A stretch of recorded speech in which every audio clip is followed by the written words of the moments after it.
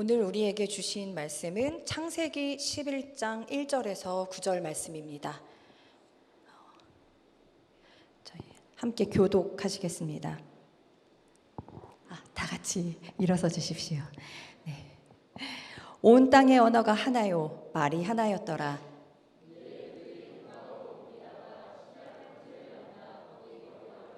서로 말하되 자 벽돌을 만들어 견고히 굽자 하고 이에 벽돌로 돌을 대신하여 역청으로 진흙을 대신하고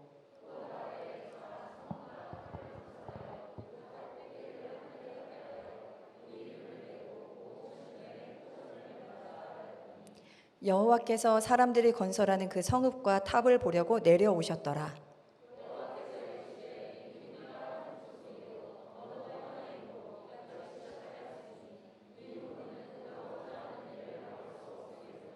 자, 우리가 내려가서 거기서 그들의 언어를 혼잡하게 하여 그들이 서로 알아듣지 못하게 하자 하시고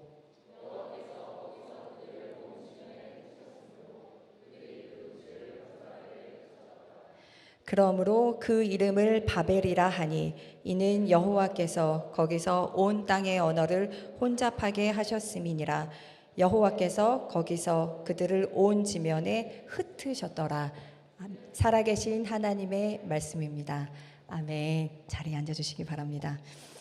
오늘은 창세기의 말씀을 전하려고 하는데 제가 창세기 성경 공부를 하신 분들은 복습을 하신다 생각하시면 좋겠다라고 생각했는데 어제 제가 출애굽기 성경 공부를 하면서 창세기 성경 공부를 끝내신 분과 함께 잠깐 이 이야기를 나눴는데 처음 듣는 것처럼 반응을 해주셔가지고 복습이 아니라 예습처럼 느끼실 수도 있겠다라는 생각을 했습니다. 어쨌든 창세기 성경 공부를 하신 분들은 복습 삼아서 들으시고 또 내가 얼마나 이 말씀을 내 고민 속에 집어넣고 있는지 좀 다시 살펴보시면 되실 것 같고 또 앞으로 출애굽기 성경 공부를 같이 하실 분들은 성경을 읽는 관점에 대해서 한번 생각해 보셨으면 좋겠습니다.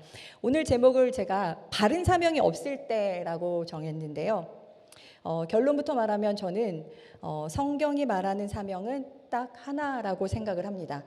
인간에게 주신 단 하나의 사명을 다양한 표현으로 구체적인 사례를 들어서 사명을 감당하고 있을 때 인간에게 어떤 일이 벌어지는지, 사명을 잊어버릴 때 이 사명이 없는 인간은 무엇을 추구하면서 살고 있는지, 또 어떻게 살고 있는지, 그것을 성경의 다양한 이야기들을 통해서 우리에게 가르쳐 주시고 설득하시고 감동시켜 주시고 우리를 이끌어 주신다. 저는 그렇게 믿습니다. 그래서 오늘은 저희가 바른 사명이 무엇인지, 우리에게 주신 하나의 사명이 무엇인지 확인을 하고, 그리고 그 사명이 없을 때, 우리가 그 사명을 잊어버릴 때 우리는 무엇을 추구하며 살게 되는지 저희가 말씀을 통해서 살펴보고 나는 지금 어디에 있는지 또 확인해보는 시간을 가지려고 합니다. 여러분, 성경의 맨 처음 다 아시죠? 태초에로 시작하시는 말씀 있잖아요. 성경의 맨 처음 하나님의 이야기의 첫 말씀, 저희 다 같이 한번 암송해 보실까요? 시작. 태초에 하나님이 천지를 창조하셨느니라. 그렇죠. 하나님이 천지를 창조하셨느니라. 과거에 이제 저희 신앙은 하나님이 모든 것을 시작하셨다, 하나님이 창조하셨다에서 이제 시작을 하는데요. 저희가 과거에는 하나님이 세상을 창조하셨다라는 걸 믿는 건 창조의 과정을 믿는 것이라고 생각했던 때가 있었어요. 그래서 첫째 날 뭘 만드셨고, 둘째 날 뭘 만드셨고, 셋째 날 뭘 만드셨고, 이걸 우리가 쫙 이제 공부하고 외우고 이러면서 진화론자들이랑 싸우고 그래서 창조과학회 우리 이런 세미나도 많이 했었고 그랬던 시기가 있었습니다. 그런데 제가 다시 성경을 읽어보고 성경 전체를 읽어보면 성경의 기자는 하나님의 그 창조 과정을 밝히는데 관심이 없다는 것을 알게 됐습니다. 성경은 그건 하나님이 과학자들에게 주신 숙제이고 지금 과학이 계속 발전하면서 과학의 언어로 하나님의 창조를 규명하고 밝혀내고 있다고 저는 믿습니다. 오히려 성경은 어디에 관심이 있냐? 저희가 오늘 이 바벨탑 이야기를 읽었는데 이게 원역사라고 해서 창세기 1장부터 11장을 원역사라고 하거든요. 이 맨 마지막 이야기인데 이 원역사에서는 하나님이 무엇을 가르쳐 주시냐? 하나님이 세상을 어떻게 창조하셨는지, 생명을 어떻게 대하시는지, 그 사이에 인간은 어디에 위치해 있는지, 인간의 사명은 무엇인지, 인간은 세상을 어떻게 대해야 하는지, 과학이 아니라 관계를 설명하는데 집중하고 있다는 것을 알게 되었습니다. 창세기 1장을 보시면요, 사실 하나님은 말씀으로 창조하신 분이시잖아요, 세상을. 그러면 한 번에 완전해져라 이렇게 쫙 만드실 수도 있는 분인데, 여러분들 잘 아시겠지만 하나님이 아주 정성껏 각기 종류대로 만드시고 보시기에 좋았다, 또 하나 만드시고 보시기에 좋았다. 그래서 생명 그 자체가 얼마나 완전하고 소중하고 귀한 것인지, 하나님이 얼마나 귀하게 대하고 있는지를 보여주고 있습니다. 그러면서 사람에게 이제 사명을 주셨는데, 제가 이제 요것을 이제 생각을 하면서, 우리 배화에서, 저희 배화에서 옛날에 예배 드릴 때 저희가 이제 산 밑에 주차장이 있었거든요. 그래서 뒤가 이제 산이에요. 그래서 곤충도 엄청 많고, 그래서 아이들은 이제 점심을 먹으면 다 거기 나가가지고 이제 곤충을 채집하고 뭐 개구리도 잡고 도심 한복판에서 그런 곳이 있었습니다. 그래서 그러면 제가 아이들한테 꼭 가르쳐 주는 게 있었어요. 의도적으로. 뭐 예를 들어 누구야? 뭐 미네야라고 해볼게요. 미네야, 지금 그 친구를 잘 지켜보고 있다가, 다치지 않게 잘 지켜보고 있다가 꼭 놓아주고 가야 돼. 그러면 아이들이 이렇게 말해요.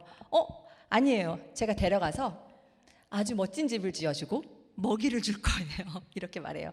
그러면 아니야, 그 친구도 집에 가면 엄마가 기다리고 있고 그 친구들도 있어. 그러니까 여기서 사는 게 가장 행복한 거야. 좀 오바스럽긴 하지만, 제가 왜 이렇게 가르쳤냐면, 생명을 대하는 태도를 가르치기 위해서, 생명을 대하는 자세를 가르치기 위해서. 왜냐? 하나님이 만드셨기 때문에. 그래서 창세기 1장 1절, 하나님이 태초에 천지를 창조하셨다, 이게 말하고자 하는 건, 하나님이 지으셨기 때문에 어떤 생명도 다른 생명을 함부로 대할 수 없다, 하나님의 것이기 때문이다. 이걸 가르쳐주고, 그걸 받아들이고 세상을 대하는 태도, 다른 생명을 대하는 태도를 배우고 바꾸는 것, 이것을 태초에 하나님이 천지를 창조하셨다라는 걸 믿는다, 이렇게 저희가 받아들일 수 있습니다. 그러면서 하나님이 이렇게 정성스럽게 모든 생명을 창조하시고는 마지막 날 사람을 창조하시고 복을 주시면서 이제 사명을 주시죠. 창세기에 이 패턴이 되게 많이 나와요. 여러분 창세기 안 읽어보신 분들 다시 자세히 읽어보시면 항상 하나님이 무언가 사명을 주실 때 복을 주세요. 아브라함에게도 복을 주시며 이르시되 복이 되라, 복을 주시면서 이르시되 내가 정의와 공의를 행하려고 불렀다, 이런 대목이 굉장히 많이 나오거든요. 하나님께서 창세기 1장 26절 28절을 보시면, 하나님의 형상을 따라 사람을 창조하시고 그들에게 복을 주시며 이르시되 생육하고 번성해라, 땅에 충만해라, 정복해라. 그러면 태초에 하나님의 형상으로 지음받은 인간이 세상을 다스리고 정복하는 방법은 무엇이었을까요? 네, 하나님의 방법으로 세상을 다스리고 하나님의 성품으로 세상을 정복해라. 하나님이 복을 주시면서 우리에게 주신 하나의 사명, 이겁니다. 사명은 우리가 찾아가는 게 아니라 주어지는 거잖아요. 세상을 귀하게 대해라, 생명을 보살펴라, 세상을 가꿔라. 네, 이게 우리에게 이제 주신 사명입니다. 그래서 우리가 사명을 찾는다고 할 때 우리가 어떤 일을 해야 하나, 이런 게 많이 오해를 하실 때가 있는데, 어떤 직업을 찾고 하나, 무슨 일을 하냐, 이게 사명을 결정하는 것이 아니라 어떤 마음으로, 어떤 의도를 가지고 그 일을 하냐가 사명을 결정한다라고 저희는 생각할 수 있습니다. 그리고 하나님은 아담한테 사명만 주신 게 아니라 그가 책임져야 하는 그 세상에 애정을 가질 수 있도록 하나님이 뭐 그런 기회들을 주세요. 그래서 아담이 처음에는 하와, 돕는 뱃별 하와 딱 동역자를 만나면서 이는 내 뼈 중에 뼈요 살 중에 살이라 이러면서 굉장히 행복하고, 예수님이 말씀하신 내 자신처럼 내 이웃을 사랑해라, 딱 그 장면이 나오죠. 그리고 또 하나님이 뭐를 주시냐면 사명을 주시면서 동물들에게 이름을 붙여주는 장면이 나와요. 창세기에 보면. 근데 사실 이름은 누가 붙이는 거죠? 만든 사람 혹은 책임지는 사람이 이름을 붙이는 거잖아요. 근데 하나님이 만드신 이 세상에 인간에게 맡기시면서 이름을 하나하나씩 지어주는 그 기회도 주셨어요. 그러니까 제가 감히 상상해 보는데, 이름을 지어주기 위해서 하나님이 주신 생명을 관찰하고 소중히 살펴보고 어떤 특징을 갖고 있지? 하나님이 어떻게 만드셨지? 그러면서 아담은 굉장히 행복했을 것 같아요. 그 창세기 분위기를 보시면 굉장히 평화롭고 행복합니다. 거기까지. 그리고 나서 여러분들 잘 아시지만 바로 이제 선악과의 사건이 나와요. 선악과의 사건을 저는 다루진 않겠지만 그 하나님이 금하신 선악과를 먹으면서 어떤 현상이 벌어지냐?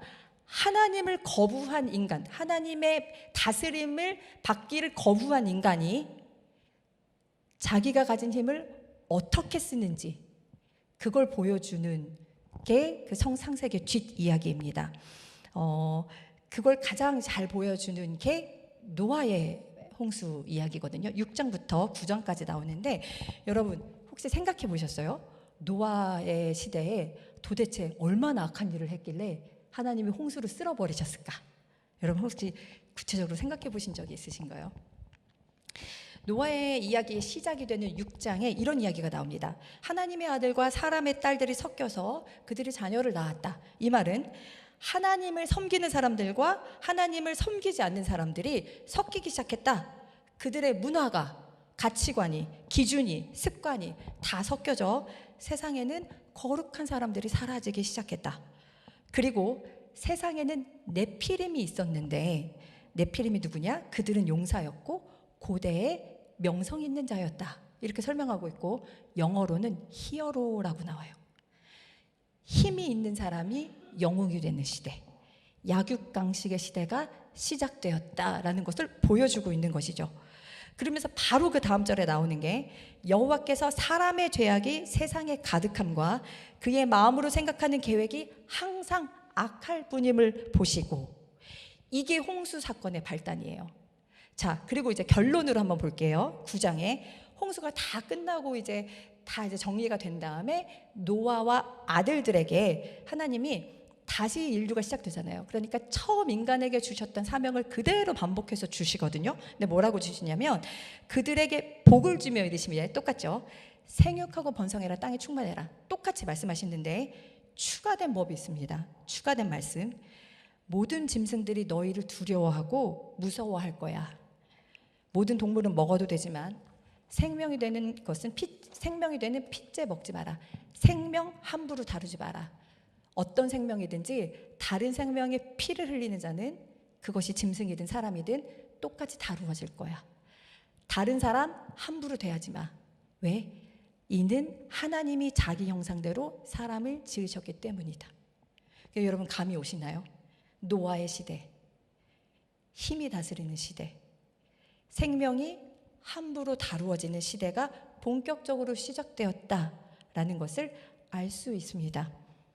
그리고 그 노아의 이야기 후에 바로 나오는 이야기가 바로 오늘 우리가 읽은 바벨탑 이야기입니다. 11장 4절을 보시면 바벨탑을 지으려는 목적, 이유가 나와요. 이렇게 말하죠. 자, 성읍과 탑을 건설하여 그 탑 꼭대기를 하늘에 닿게 하여 우리 이름을 내고 온 지면에 흩어짐을 면하자. 히브리어 본문을 보면 우리를 위해 우리끼리라는 의미가 더 선명한데 지금 이 바벨탑을 건설하는 목적에는요, 하나님도 없고 이웃도 없습니다. 순종하고 경외해야 할 하나님도, 내가 보살펴야 할 세상과 이웃도 안중에 없습니다. 오로지 높이 올라가자, 우리끼리 살자, 우리 이름을 내고 우리끼리 흩어지지 않고 안전하게 살자.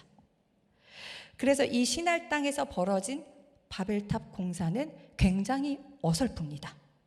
디자인도 없고 청사진도 없고 형태에도 관심이 없고 어떻게 쓰여야 하는지에 대한 공간에 대한 내용도 안 나와 있습니다. 오로지 성취해야 할 목표, 그 일을 통해서 반드시 얻어야 할 나의 유익만 있습니다. 오로지 높이 올라가자. 힘. 그래서 우리 유명해지자. 사람들이 우러러보는 히어로가 되자.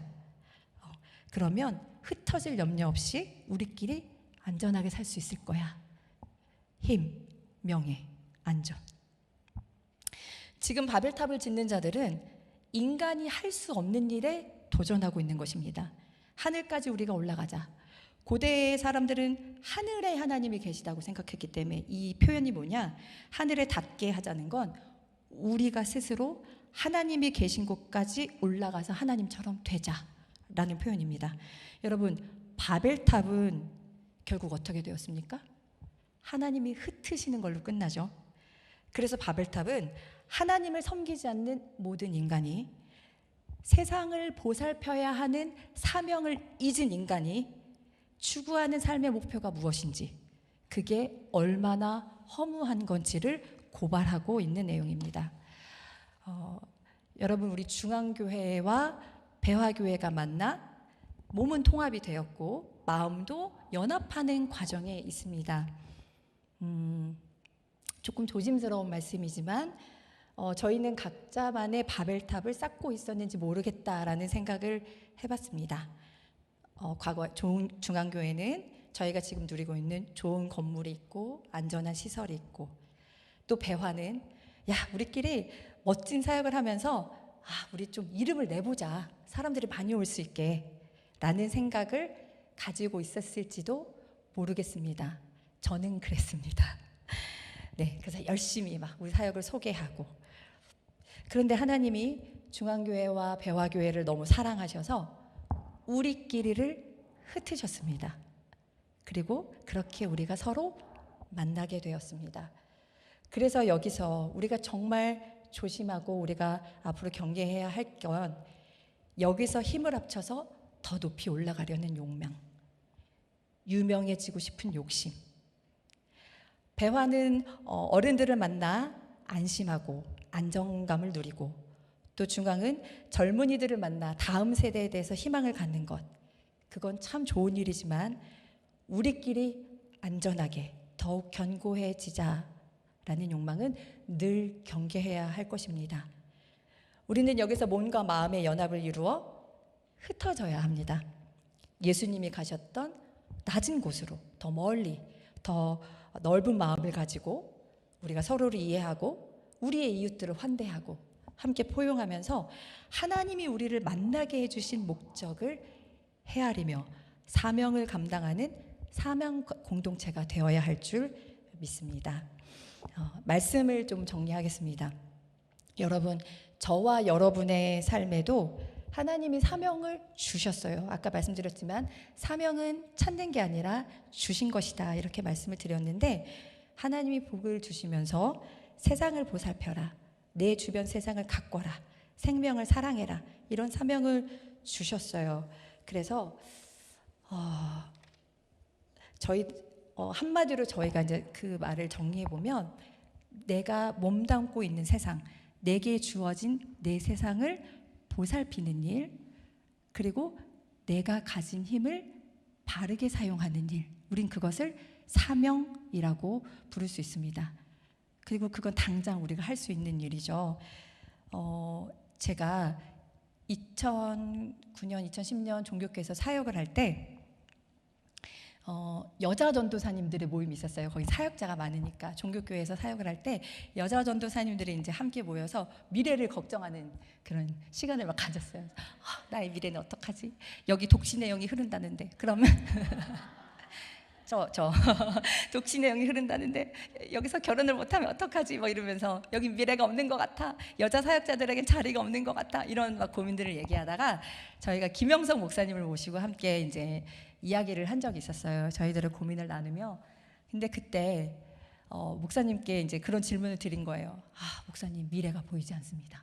교단은 너무 아직은 남성 중심적 교회이고 여성 사역자는 시간이 지날수록 갈 자리가 없어지는 것 같고, 저희가 결혼을 하고 아이를 낳을 수 있을까요? 저희들의 사역을 유지할 수 있을까요? 막 이런 얘기를 하면서 저희 교단이 너무 걱정이 됩니다, 막 이런 얘기를 했는데, 제가 아니고 근데 그때 목사님이 해주셨던 얘기가 저는 지금까지 굉장히 힘들 때마다 그 말씀을 생각을 하는데, 뭐라고 하셨냐면, 지금 여러분들은, 우리 전도사님들은 교단을 바꾸라고 부르신 것이 아닙니다.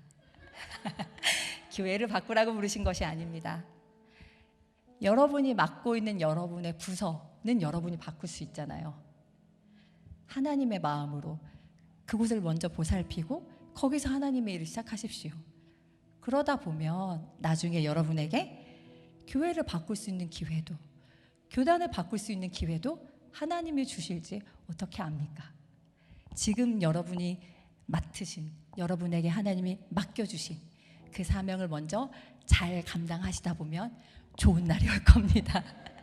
라고 위로를 해주셨는데, 지금도 저는 늘 그 말씀을 기억하고, 그게 2009년도에 들은 말씀이거든요. 근데 아직도 기억하고 있어요. 제가 더 많은 것들을 꿈꾸고 막 또 제 마음이 커지고 제 자아가 커지려고 할 때, 아, 사명이 뭐지? 지금 하나님이 나에게 맡겨주신 것이 무엇이지? 그것을 다시 이제 생각하면서 제 자리로 돌아옵니다. 며칠 전에 제가 똑같은 경험을 했고 이제 성경 공부할 때 좀 나누었는데 하나님이 저에게 그런 것을 물어보시는 것 같았어요. 기도 중에, 야, 제가 어떤 부분을 막 이제 비판을 하고 이러면 안 되는데 뭐 이런 생각을 하고 있는데 너에게 준 재능, 너에게 준 시간, 너에게 준 물질, 그거 다 누구 거냐? 이렇게 물어보시는 것 같은 거예요. 근데 알았거든요. 하나님 거라고 우리가 늘 고백하잖아요, 찬양으로. 근데 맞다, 이거 하나님이 주신 거지, 하나님 거지 라고 생각을 했는데, 그러면서 제 모습을 봤는데 저는 제가 좋아하는 사람들과 제가 좋아하는 곳, 우리 교회, 여기서만 그걸 쓰고 싶은 거예요. 하나님이 부르신, 하나님이 내게 주신 세상에 별로 관심이 없고 내가 만난, 내가 좋아하는 사람들, 내가 좋아하는 곳, 우리끼리. 그 모습을 다시 발견하면서, 맞아요, 이 모든 것 하나님의 것입니다.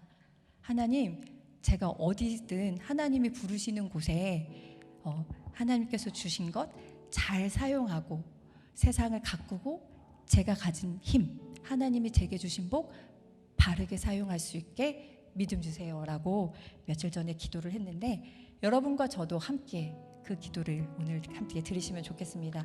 우리 함께 찬양하시고